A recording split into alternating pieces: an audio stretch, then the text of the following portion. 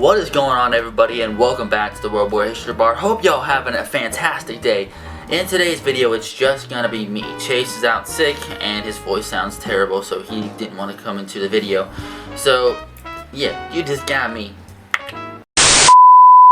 But in today's video, we'll be covering Operation Case White, or Fall Weiße in German.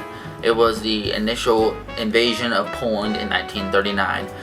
So with that said, if you guys do enjoy these types of videos, don't forget to drop a like, subscribe, turn on post notifications so you do not miss out on any new episodes we put out here on the channel. With that said, let's get into the video.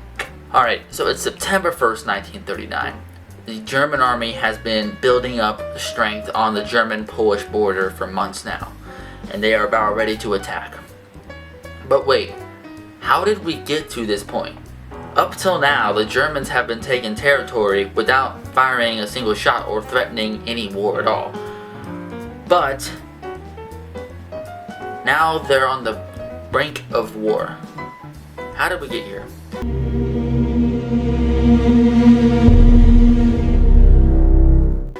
Well, to understand this, we want to look back in 1932 when France and Great Britain became allies with Poland, and one of the parts of the ally kind of promise was that they would defend Poland if they were ever attacked.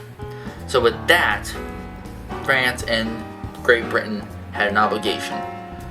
Well, come a couple years later, the Saarland, the Ruhrland, Austria, and now Czechoslovakia have all been taken by Germany, and France and Great Britain have done absolutely nothing.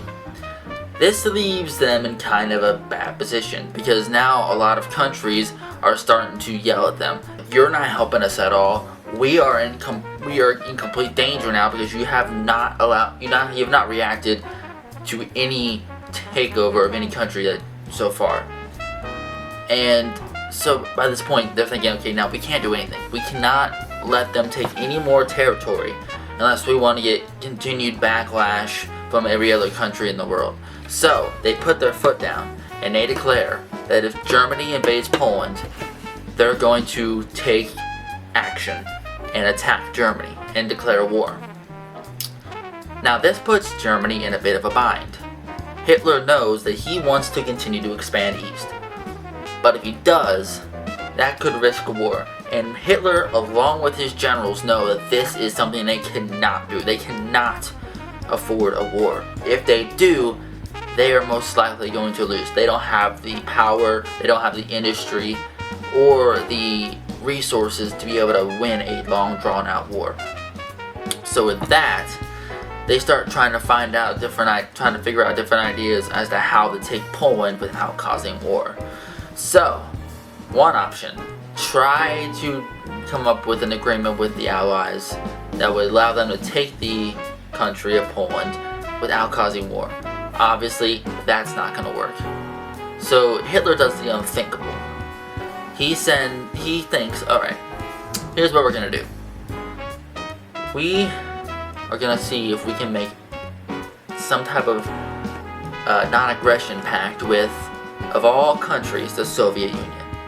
Now we know that Germany and the Soviet Union are rivals. Hitler absolutely despises the Bolsheviks. So this comes to a shock to everyone that they're actually coming up with some type of non-aggression pact. Even German generals are surprised by this. So now why would he even do it in the first place? We gotta think about that. And the reason he would do this, the reason he would go in and try to make a pact with them in the first place, was his fear of having a two-front war. His experience in the First World War teaches him that if they fight on two fronts at the exact same time, there's not a single chance of them winning. So with that thought in his brain, he immediately thinks this is the best option. We have to go to the Soviet Union and try to get some type of non-aggression pact so that they can eliminate the threat from the east. So with that, Hitler sends his foreign diplomat Joachim von Ribbentrop to Moscow to negotiate a treaty, and they are able to. Now, with this, they are able to finally come to an agreement. But what's interesting about this was they came at the exact perfect time, because around this exact time, the Soviet Union were in talks with Great Britain and France. So Germany came in at the exact right time, because right as they started talking to the Soviet Union completely severed all talks with Great Britain and France. If they hadn't come in there that time, you could have seen a completely different environment in Europe. So after a week or so of negotiations, they finally come to an agreement, and they signed the Molotov-Ribbentrop Pact, which had 3 main clauses to it. 1, the USSR and Germany would not go to war. They would not declare war on each other. They would stay friendly. They weren't technically allies, but they weren't technically enemies. That's kind of how this pact worked. The next thing they had to worry about was they would not interrupt each other's supply routes or their trade routes, and they would also help each other in trade, which was a very big part of both of their economies and also their war economies. They needed resources, they needed trade to be able to supply this. The third and final clause, post-production Zach here, there was actually 7 different clauses in this treaty, but we only listed out 3, was they would split up Eastern Europe amongst them. The Soviet Union would get the areas of, they would get the Balkan states, Lithuania, Estonia, Latvia, along with the eastern part of Poland. Basically, the areas east of the Pisa, Narew, and Vistula and Sans rivers would go to the Soviet Union, while everything to the west of that would go to Germany. They had finally come up with a good thing here, and with that, Hitler virtually eliminated the threats from the east. Now it was time to attack. So the Molotov-Ribbentrop Pact is signed. Now Hitler sends his country into overdrive. He orders all troops to build up on the German-Polish front and get ready to attack. Now, they didn't just go on and attack. They still wanted to kind of make it look like they were the victims of something. To make it look like they were kind of victims, like they were, taking their territory and defending it, they started a whole operation called Operation Himmler. This operation was basically all a goal of making it look like they were defending against Polish aggression. And one of the more famous parts of this operation was the attack on a then German radio station, which is now in Poland.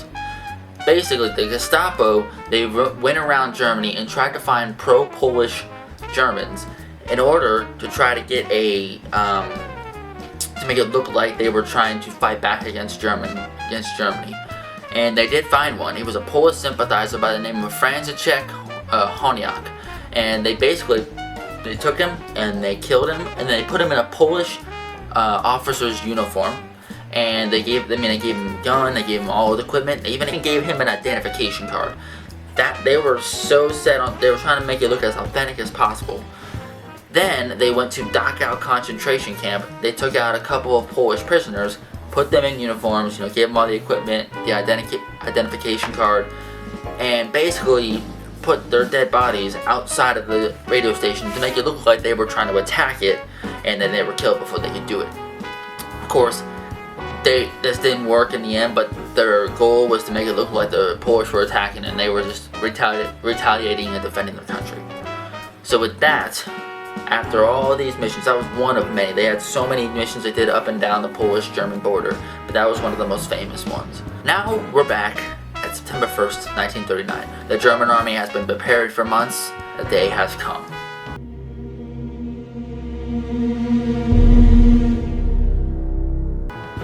Now, the plan by the Germans was to have 3 main army groups.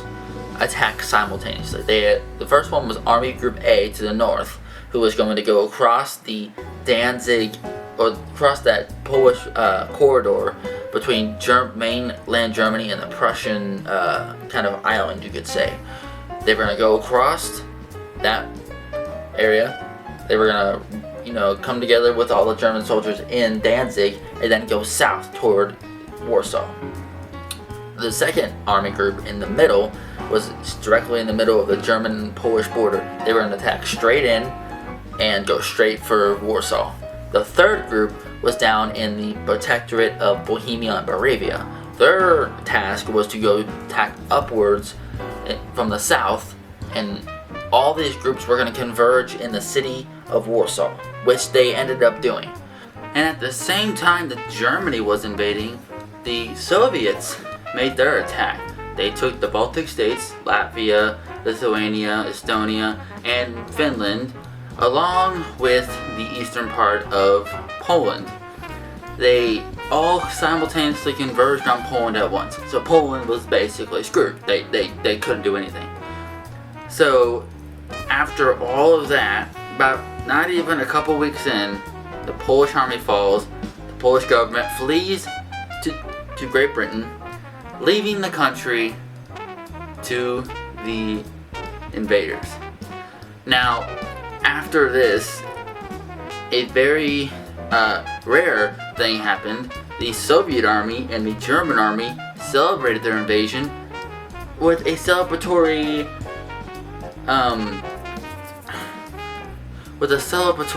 parade through the town of Brest-Litovsk, which at the time was a Polish town. It's crazy to think that not even a couple years later, the Germans would be getting marched through a city after being defeated by the Soviets. But right now, they're both together celebrating. So if you remember, as we talked at the beginning, the British and the French said they were going to help the Polish people if they got invaded. Well, I guess you could say they kind of did. Actually, Great Britain really just didn't do anything. They said, "Oh, we are getting ourselves prepared," but really they weren't doing anything at all. The French, on the other hand, they did something. On the 7th of September, a French army led by Maurice Gamelin and A.G. Prelata. Please forgive my French pronunciation. They advanced about 8 kilometers into German territory, and they were able to take about 12 to 13 towns or villages, and they basically took over the entire Warnt forest in Germany. But after the collapse of Poland, they just stopped and didn't advance much at all. In fact, Gamelin, the main general, actually ordered everybody to retreat back to the Maginot Line and basically act like nothing happened. They did leave some people in the territory, but after all the German infantry came back from the Polish front to replenish, they just literally pushed them back like it was nothing. And if they would have actually continued to push forward with a full attack, they would have destroyed Germany from behind. Even a German general, Siegfried Westphal, he even said that a full-fledged French attack would have destroyed the German defenders completely. In a matter of a couple weeks, in fact. So the fact that they decided not to go any farther, I mean, that's all on them, obviously, and they would have been able to do a lot more if they would have continued to move forward. So at this point, Germany took more territory, and the French and the British did nothing again.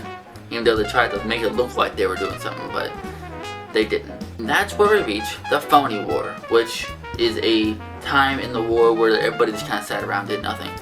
In fact, Germany was actually beefing up their army, getting ready to do some more expansion, but really nobody did anything. But that's where we're going to end it off today.